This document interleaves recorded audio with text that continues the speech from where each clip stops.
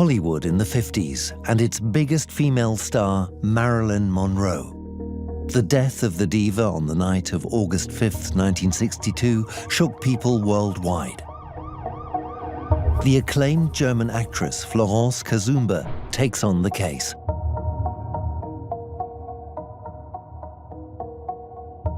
She was the female icon of the 20th century, and her death a topic of contention for decades. Was it suicide?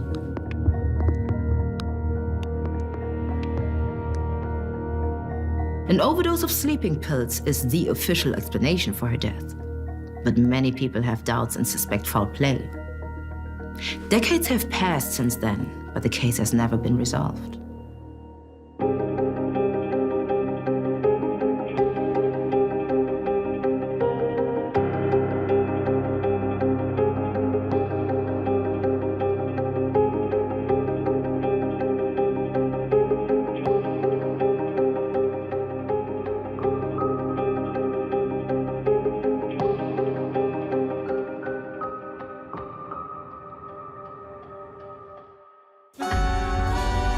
Marilyn Monroe is what dreams are made of.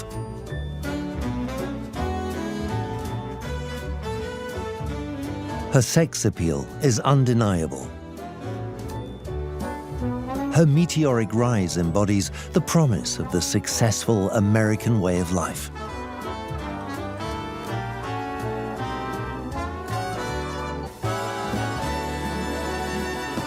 John F. Kennedy has an affair with her, as does his brother, Robert Kennedy. However, the president's infidelity has to be kept from the public. Even the FBI is involved. Secret Service Chief J. Edgar Hoover places Monroe under surveillance. It's 1962. The Cold War is driving world politics. The Russians provoke the Americans. Nikita Khrushchev wants to station missiles just outside the gates to America. Kennedy has to react. The world holds its breath. The Second World War is still fresh in everybody's minds. On the night of August the 5th, 1962, the Brentwood, Los Angeles police receive an emergency call. The 36-year-old Marilyn Monroe was found unconscious by her housekeeper. Around 4:30 a.m., the police arrive. Marilyn Monroe is dead, apparently from an overdose of sleeping pills. But an investigation is now going on, and no final conclusion has been reached. Miss Monroe has suffered from psychiatric disturbance for a long time. She had often expressed wishes to give up, to withdraw, and even to die. On the basis of all the information obtained, it is our opinion that the case is a probable suicide. Probable suicide. This presumed cause of death is agreed upon in a remarkably short time, although an autopsy of the body has yet to be completed. Probable suicide is written here on the death certificate. Wenn man sich nicht sicher ist, But if it's not certain, wouldn't the correct cause of the death be undetermined? also unbestimmt? This is a conceivable possibility. The only distinction to be made on this death certificate is that the cause of death is acute barbiturate poisoning resulting from an overdose. That is clearly defined. In another field, the coroner can make specifications such as accident, suicide, or homicide. Now it is not the task of the forensic medicine alone to handle this. One needs to take a closer look at how and where the person lived.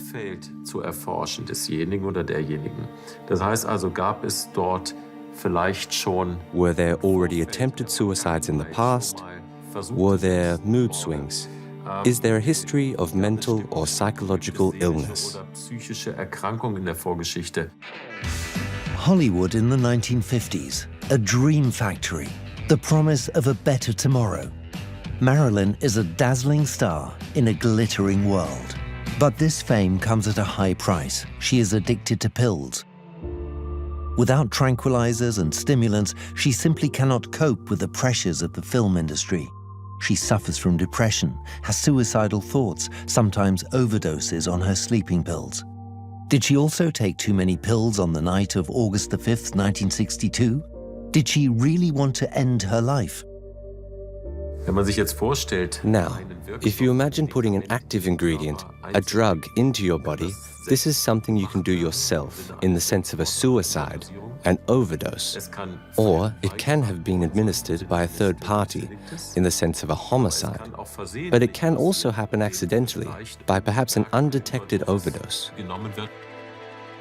The man-eating blonde who wins everybody's heart. This is the role the powerful studio bosses have selected just for Marilyn. This weighs her down. Additionally, she went through 3 unhappy marriages and several abortions, and her desire to have children was left unfulfilled. Are these reasons to commit suicide? On the day of her death, several members of her immediate family are seen at the diva's home. Eunice Murray, the housekeeper, will contradict herself in her witness statements. Around midnight, she claims to have found Marilyn. Monroe's press advisor, Pat Newcomb, is seen around noon. There is said to have been an argument. The actor and brother-in-law of JFK, Peter Lawford, is also said to have been there. Then there's Marilyn's psychiatrist, Dr. Ralph Greenson, who sees his patient in the afternoon. And JFK's brother Robert, the United States Attorney General, is seen twice at the scene by neighbors. In the University Library of Los Angeles, a box is stored, locked away in a special cabinet, box number 39. It could shed light on the investigation and provide clues as to how Marilyn really died. She was and is a Hollywood icon. Marilyn's beauty and sex appeal inspires our pop culture to this very day. But who was the woman behind the icon? She was born into the Dream Factory as Norma Jean Baker. Her mother, Gladys, is an assistant editor at one of the big studios, and she is mentally ill. Norma Jean, alias Marilyn, never knew her father. Still a baby, her manic-depressive grandmother is said to have tried to suffocate her with a pillow. As a child, she passes through several foster homes where she was very unhappy. There were 11 foster homes when she was a child. She was a very, how shall I put it, very easily victimized. And so in at least one home, she was sexually victimized. And this is traumatic. It's like post-traumatic stress disorder cause. Historian Lois Banner has been studying the history of feminism for many years, including the phenomenon of Marilyn Monroe. The 16-year-old teenager has ambitions like no other. She makes a decision that will change her life forever. Marilyn was absolutely intent on becoming a great star. And so she did everything to get there. She followed every single path. She went a little too far, but she took singing lessons, she took acting lessons, she took lessons to become a mime. Not without success, a scout discovers the pretty young woman on the street. Overnight, Norma Jean Baker turns into a highly sought-after photo model with the name Marilyn Monroe. The camera loves her seductive look and scantily veiled curves.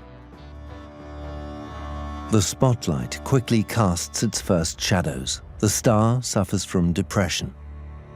She suffered from bipolar condition, and the form of bipolarity that she suffered from, manic depressive disorder, you go up and down very fast. And when you go down, you can go into suicidal thoughts very fast. So you can be really at the top of your achievement, which Marilyn was, and she could have gone way down. In Hollywood, an addiction to prescription drugs is a tolerated side effect of being in the limelight, as long as the box office is thriving. Marilyn Monroe shoots one film after another with John Huston and Billy Wilder. Hollywood's A-list flocks to her. She wants to be desired, and plays with her sexuality. There were 100 male photographers there, and every time the wind blew up her dress, you could see her sexuality, and they roared every time. Then, of course, what happened was Joe DiMaggio came and saw, and he said, "I'm being cuckolded by 100 men." He got furious. He went back to the hotel room, or she went back to the hotel room, and he beat her up. That's why she divorced him. He was a very violent man. More and more, Marilyn resorts to sedatives. The studio bosses are annoyed. The diva is unreliable, regularly arrives late to the set. She needs medical help. After a successful visit to rehab, she confidently takes control of her life and divorces her second husband, Joe DiMaggio. Clean and free, she starts afresh with a new husband, Arthur Miller, and another breakup. However, she shares her plans about her career with her friend Robert Slatzer shortly before her death.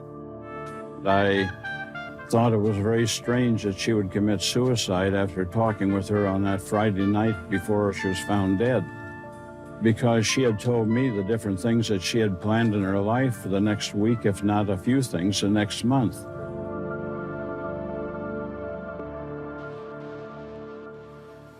Becky Altringer has been a private investigator in California and New Mexico for 25 years.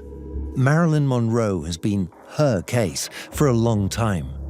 Probable suicide on the death certificate, this just doesn't sit right with her, given the lack of clarity regarding the facts. Altringer is convinced that the Hollywood icon was murdered. On the internet, she collects signatures for her mission. She wants the entry on the death certificate to be corrected. I want to get Marilyn Monroe's death certificate changed from probable, it actually just says probable suicide, to homicide. Whether I can do that, I don't know, but I'm never going to give up. As long as I'm alive, I'm going to keep pushing, because I think she was murdered. I don't think Marilyn Monroe committed suicide. Overdose is the current diagnosis. This, of course, is likely for someone with a previous history of suicide attempts involving prescription drugs. But many have their doubts. There was, after all, a police investigation, and indeed, cases in which no natural death is certified are always dealt with by the police in the form of a death investigation, regardless of whether celebrities are involved or not. How were the facts of the case assessed and evaluated by the local police? When the police officers arrive at Marilyn Monroe's house at 4:30 a.m., everything points to a burglary. The window in the bedroom is smashed. The body is lying face down, naked. At the same time, everything seems strangely orchestrated. Marilyn was stretched out, face down, in a soldier's position, catty-corner of the bed. Obviously, she'd been placed in that position. And I was shown the nightstand by her table, by her bed, and it was about 8 or 10 empty bottles that had contained medicine, all barbiturates. Dr. Greenson said she must have swallowed them all. I looked in the bathroom for a half-empty glass or a glass that had been used. There was none. I asked for, had anybody seen a document, any written statements, and no one had seen any written statements. There was no suicide note, and the only thing we had there at that time was some empty bottles.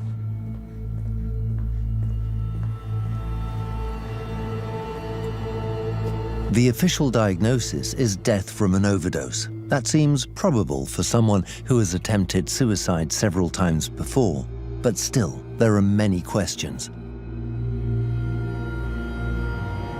Strangely, no glass of water for taking the pills could be found, and a suicide note, which often accompanies a suicide, is also missing.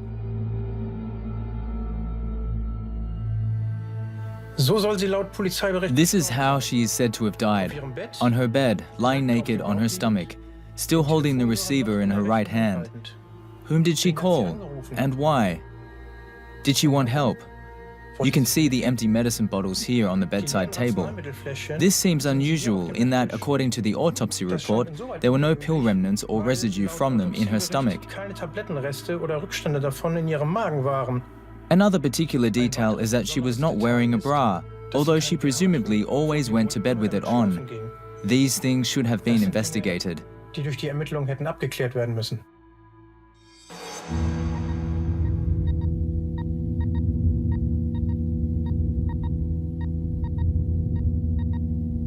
One of the key witnesses is the housekeeper, Eunice Murray.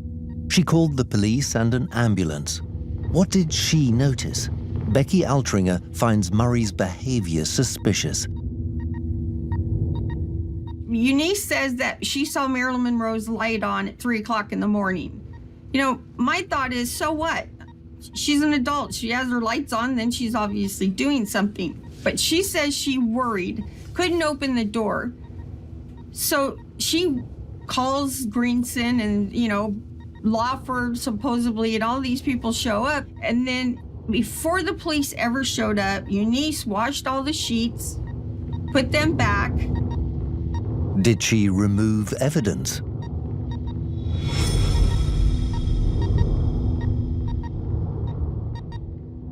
It's said that Marilyn Monroe never locked her bedroom door. Whether or not there were keys to the door is unclear. The scene of death looks like a burglary took place. Laundry being done at 4:30 in the morning. None of this adds up. It certainly raises questions. The housekeeper, Eunice Murray, changes her statement several times. She tells the first police officer on the scene that she discovered Marilyn at midnight. Later, she corrects her statement in the police report to 3:30 a.m. In an interview, she states 2 o'clock, only to correct herself again in 1972, saying it was midnight. Our sense of time is not as reliable at night as it is during the day, but these differences are remarkable.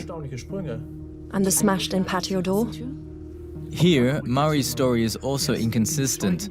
20 years later, she states in 2 interviews, contrary to her first statement, that the door to Marilyn's bedroom was not locked. And Dr. Greenson, whom Murray had called, claims that he had to break the window to get into the bedroom. 2 very contradictory statements. I have the impression that the police are not really trying to get to the bottom of the inconsistencies. The policeman initially investigating the case is replaced by his boss. His suspicion that something was amiss is dropped.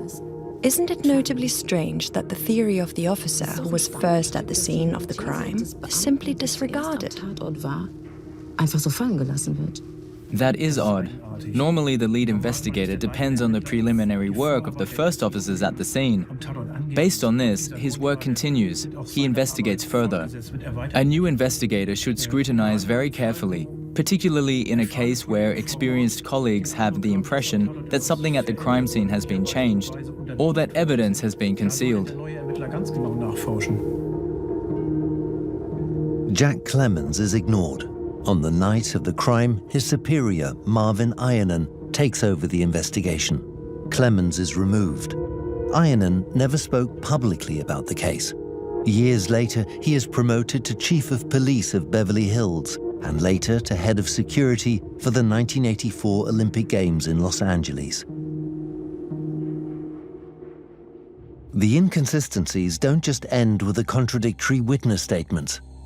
John Miner is the investigating prosecutor. He is also present during the autopsy.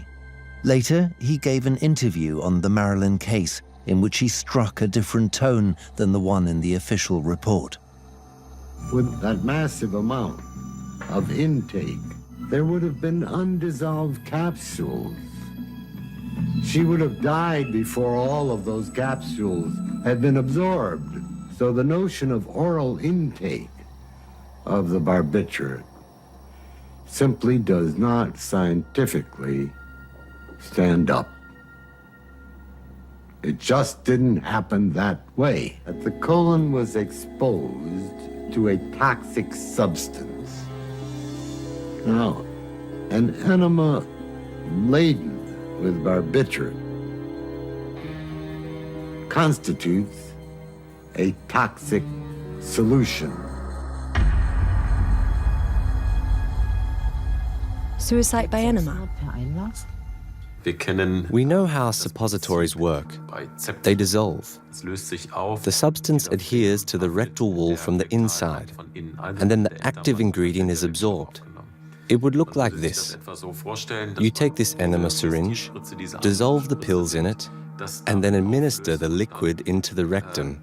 The liquid, and therefore the medication, would then be absorbed by the intestinal mucosa. Does that happen often? A suicide by enema is a very rare event.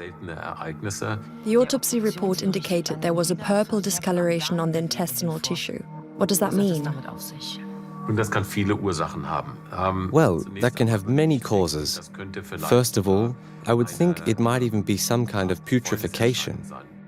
It might be a hemorrhage of the tissue. In order to determine this, a follow-up examination is needed, like as a microscopic examination of the tissue.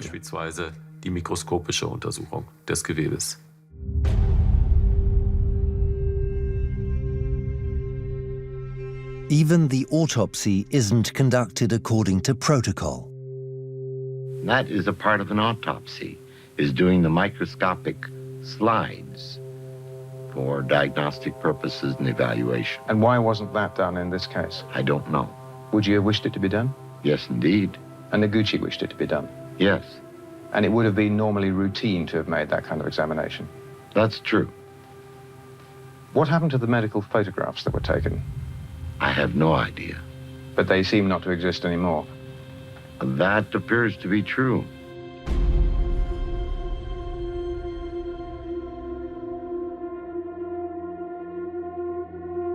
Important medical questions have not been clarified. Listen to what Prosecutor Miner says about the autopsy.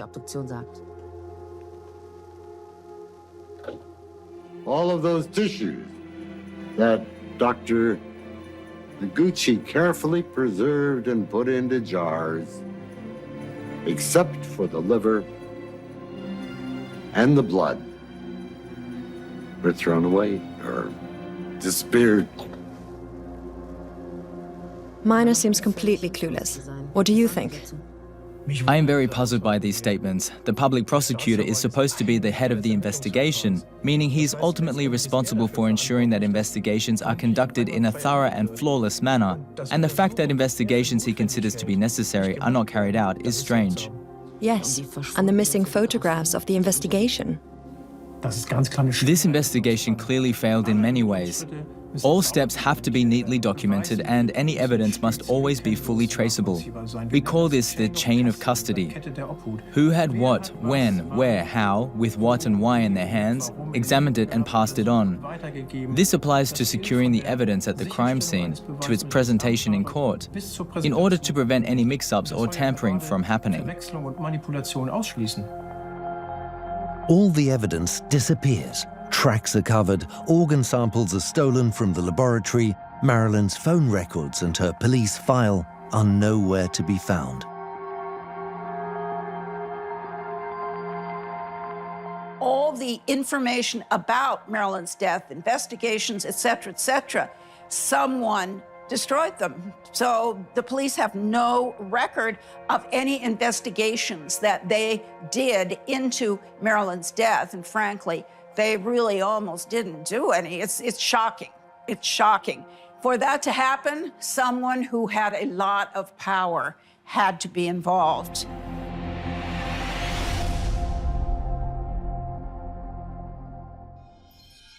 The puzzle can only be solved by looking into what happened on the day of her death.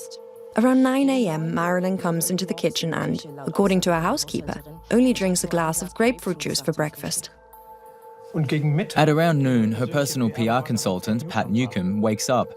She has a cold and has spent the night at her house. The two argue. Only Pat Newcomb knows what they fought about, and she remains silent. Around 4:30 p.m., Marilyn calls her psychiatrist, Dr. Greenson, and asks him to come by. He arrives around 5:15 p.m. and stays in the house for about 2 hours. After that, Marilyn is said to have spent 2 hours in her bedroom on the phone. Housekeeper Murray tells the first officer that she noticed something was wrong around midnight when she had to go to the toilet and discovered Marilyn unconscious. During her second interrogation, still at the scene, she corrects this statement to 3:30.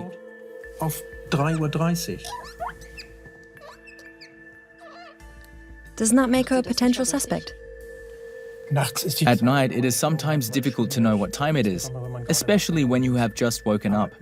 But a time difference of over 3 hours? That is quite strange. In any case, the housekeeper calls Dr. Greenson, and he in turn calls Marilyn's general practitioner, Dr. Engelbert, for help. Strange. According to the autopsy, Marilyn died around 10 p.m. This was estimated based on the level of rigor mortis. It wasn't until 4:25 a.m. that those present called the police, who arrived 5 minutes later. What happened between 10 p.m. and 4:30 a.m.? The housekeeper, Eunice Murray, states that she found Marilyn unconscious. She therefore calls the family doctor and friend, Dr. Ralph Greenson. Dr. Ralph Greenson is the psychiatrist of the stars, the shrink of Hollywood. His patients include Vivian Leigh, Tony Curtis, and of course, Marilyn Monroe. She is not only his patient, rumor has it they also had a sexual relationship.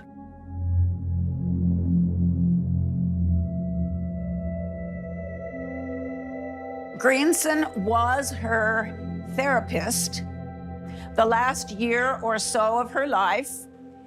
He was Freudian, which means a lot of things, and he was probably the most eminent psychiatrist on the issue of patient-therapist relationships. He has been accused of murdering her. Does the therapist have a motive to kill his patient? Yes, if the possible intimate relationship with Marilyn were to become public knowledge, Dr. Greenson would lose his license as a psychiatrist.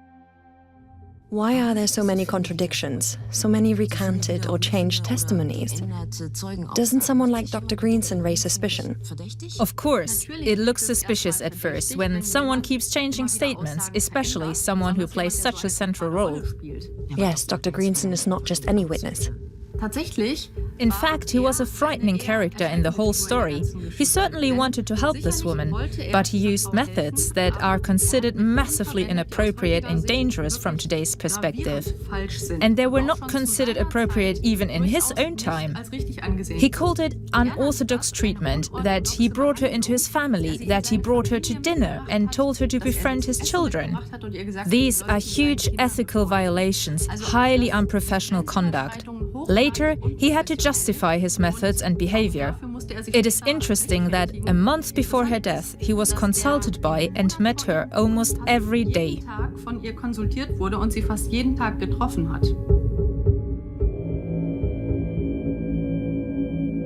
He had his wife take her home after their therapy sessions, but he did that because Marilyn was picking up men off the street. She was a sexual addict, and she would pick up men, or she'd bring cab drivers into her house. So Greenson was doing his very best to help her, but his letters and his files indicate that Marilyn was driving him crazy. Dr. Greenson. His relationship with Monroe was controversial. He was with her the afternoon before her death.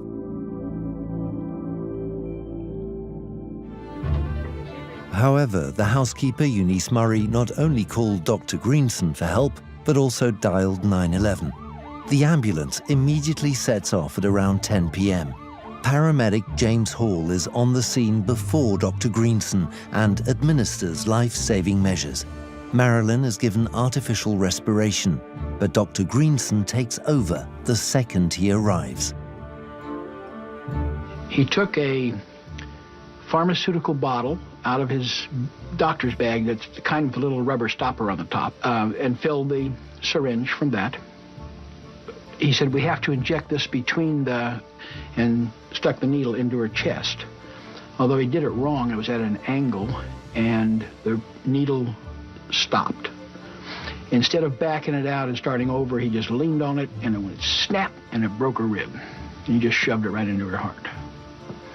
And then the doctor put the stethoscope on her chest and said, you can leave, I'm going to pronounce her dead.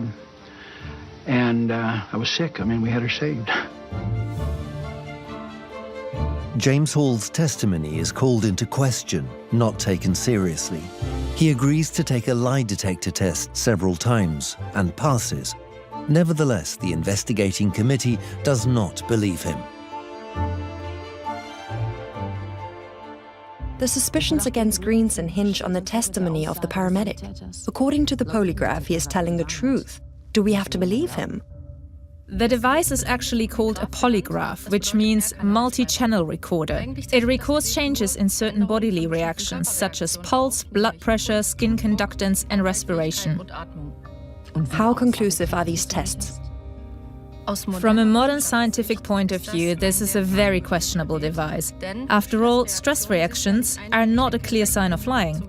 For example, someone who has very little fear of being caught because they are very sure of themselves can lie in a totally relaxed way. Or someone who is suspected of having killed someone and is innocent could be very intimidated and be deathly afraid of going to prison innocently. Hence, they could show major stress when asked, "Are you the perpetrator?" because they are afraid of being wrongfully convicted. And there are many other sources of error associated with this device, so it is not scientifically tenable. What is left now in terms of evidence pointing to a murder? Does Box 39 hold any secrets? Dr. Greenson's medical files on Marilyn are stored in it. He gave strict instructions as to when it may be opened. Why?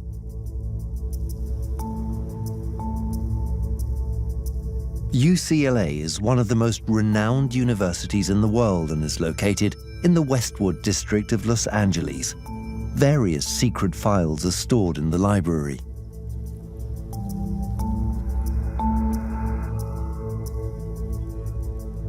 There are several boxes located here that belong to Dr. Ralph Greenson. And there is a box 39 that is not allowed to be seen. It's sealed until 2039, and I want to get it unsealed. I think the box is important because it says Marilyn Monroe death right on it. It could be him confessing, it could be anything, but we have a right to know, as citizens, and I don't believe they should keep it sealed. Why are they keeping it sealed? What does Dr. Greenson have to hide? Was the adrenaline injection which he gave Marilyn in the heart fatal? Is the testimony of the paramedic James Hall true? He is shocked by the brutality of the doctor's actions.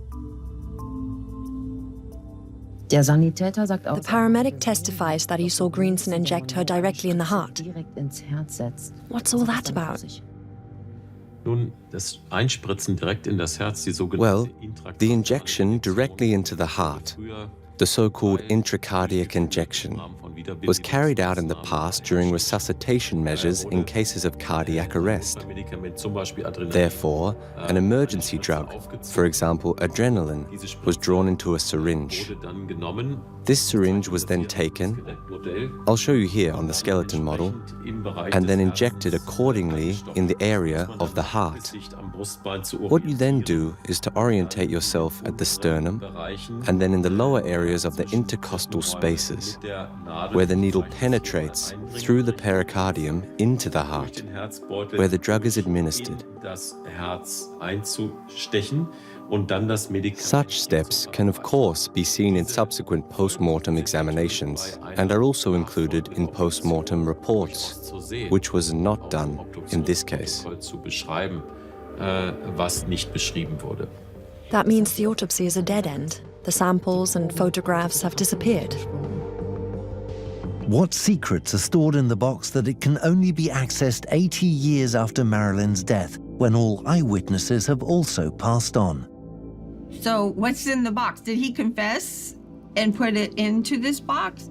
And why did he make it to where you couldn't open it until 2039? And my thinking is everybody will be dead by then. Everyone that was involved, so he can go ahead and confess. Because I think in the end, he was the one who killed her. I think he was the one that pushed that needle in her chest. The box is highly classified. This is evidence that makes Dr. Greenson a suspect. Could she have been dangerous to him if she had made his medical transgressions public? He has a psychological grip on Marilyn. In the bedroom, it looks as though several people have been in the house at or around the time of her death. A conspiracy? Dr. Greenson is privy to Marilyn's secrets. He knows that his patient has contacts in the highest ranks of government. Where is the crime scene? Did a murder take place in the guest house, and did Dr. Greenson then drag the body into the bedroom and stage a suicide?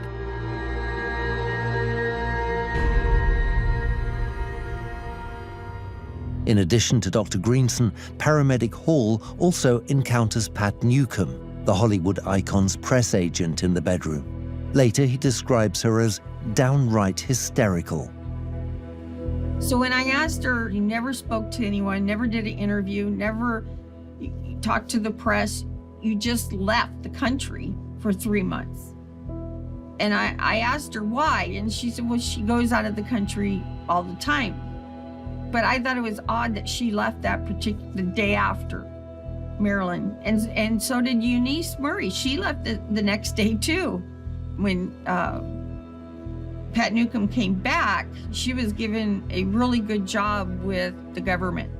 The statements around the Times that night are becoming more and more implausible. Apparently, Pat Newcomb never revealed what she really knew about that night. It looks that way now. Our most important finding from the coroner's report is that Marilyn must have died around 10 p.m., give or take an hour. And by 11 p.m., Pat Newcomb's boss knew she was dead. That's information he could have only gotten from inside the house. One important piece of the puzzle is still missing. Monroe had an infamous affair.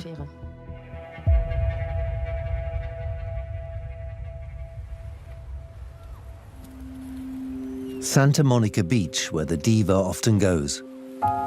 It's where she secretly meets with the President of the United States, John F. Kennedy, and later with his brother Robert, who at the time was Attorney General. As far as I know, Marilyn Monroe loved the beach. The house of her actor colleague and Kennedy's brother-in-law, Peter Lawford, is right on the beach, the ideal lover's nest. It was Peter Lawford's house, which the Kennedys visited a lot. I just think about Marilyn have sex with some of the people that were here. I know, yes, I would say that's what this house represents to me.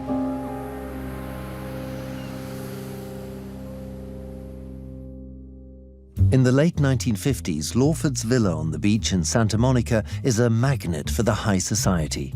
World War II is a thing of the past. It's party time again.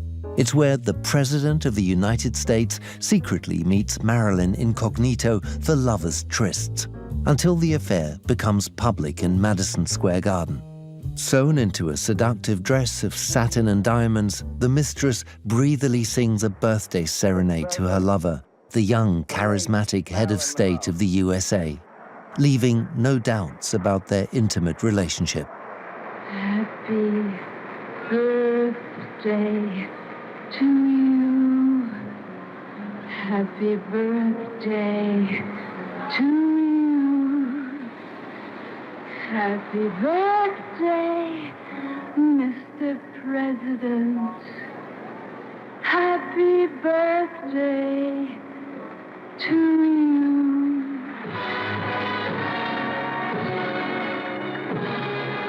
It was Marilyn's performance at JFK's birthday party at Madison Square Garden in 1962 that, in the end, destroyed Marilyn.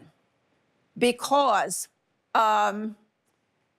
she sang Happy Birthday to the President in such a sensual way that Dorothy Kilgallen 2 days later said, well, there was Marilyn making love to JFK in front of 40 million people. Avoiding scandal is of utmost national importance. Voters must not lose their confidence in a statesman of integrity who places family welfare at the center of the state doctrine. Family is sacred. Jackie Kennedy, the beloved First Lady and Mother of the Nation. What does Marilyn have to offer that can beat that? She thought it was a big joke, but it wasn't a big joke because JFK ditched her big time after that Madison Square Garden exposure, because it was really something.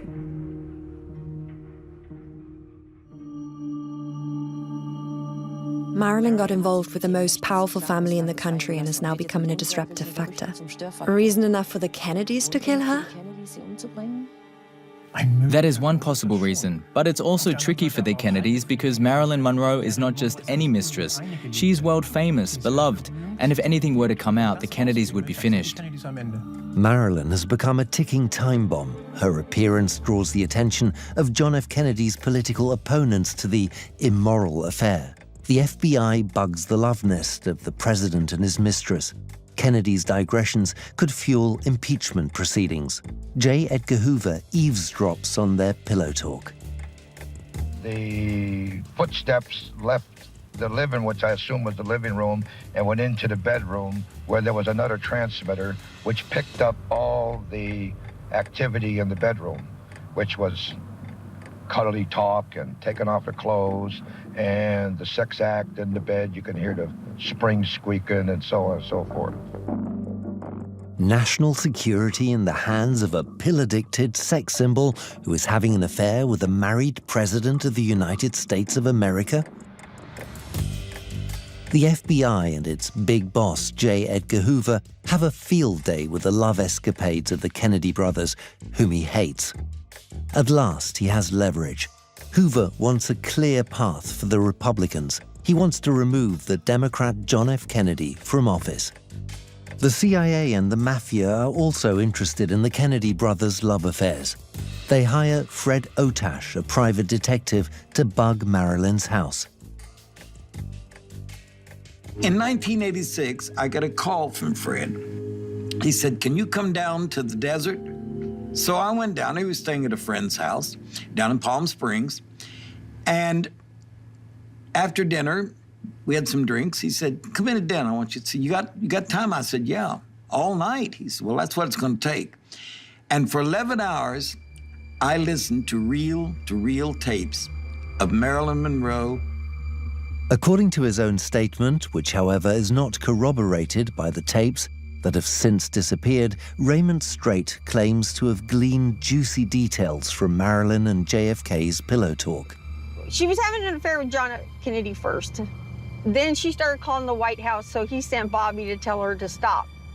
Well, she ended up with him. And Bobby Kennedy was actually the one that she loved more than anyone. The two see each other regularly and have sex. Allegedly, he had even promised her that he would divorce his wife. Marilyn is in seventh heaven.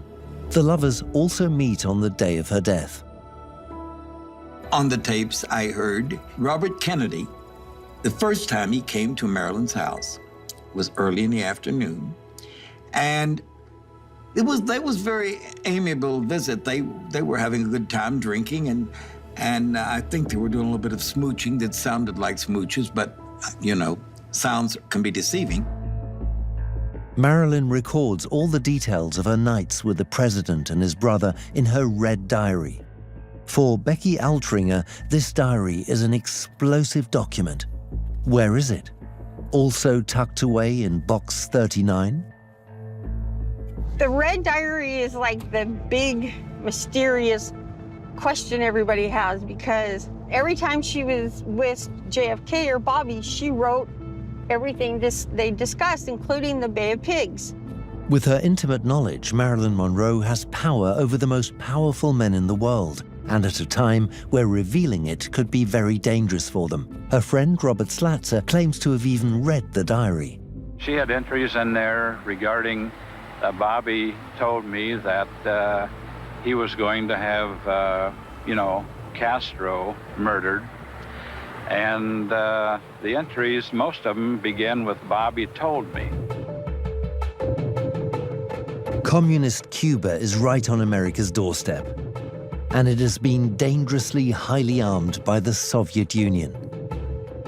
An invasion is planned with Cuban exiles who are to land in the Bay of Pigs and take over the island. The plans are kept top secret.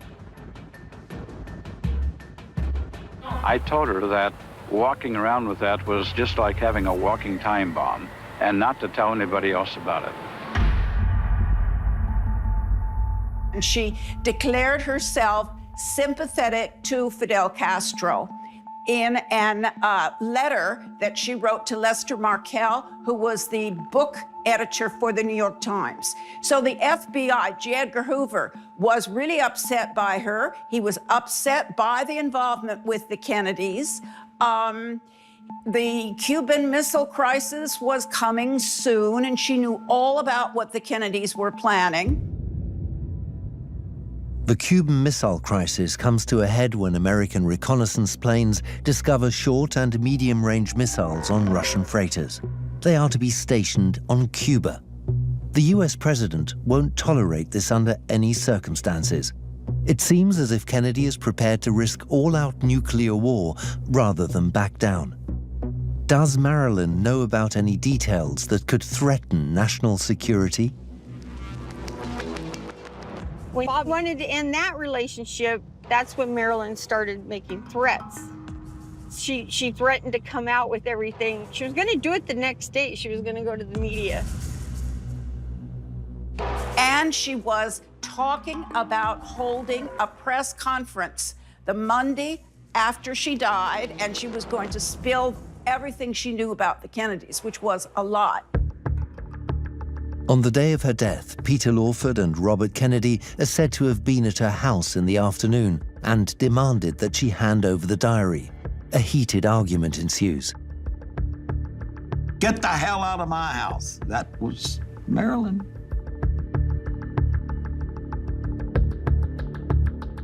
She knew too much and made too many threats, and whether or not she would have followed through with them, they couldn't risk it.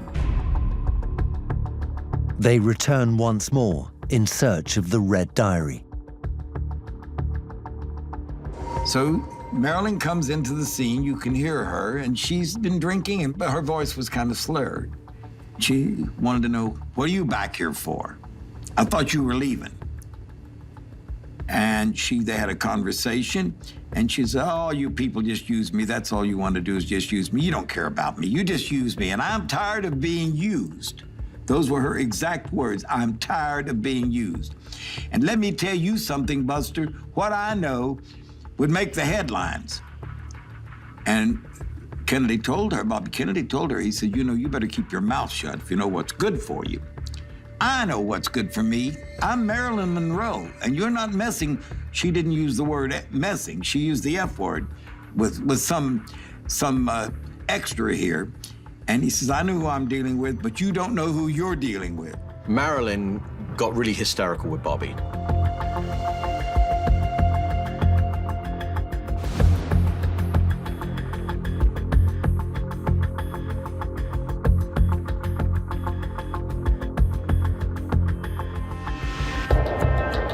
You could hear them smother.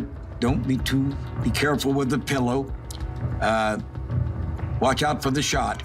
And I'm not sure if that was somebody be giving a shot or what was going on, but it was obviously that she was being smothered.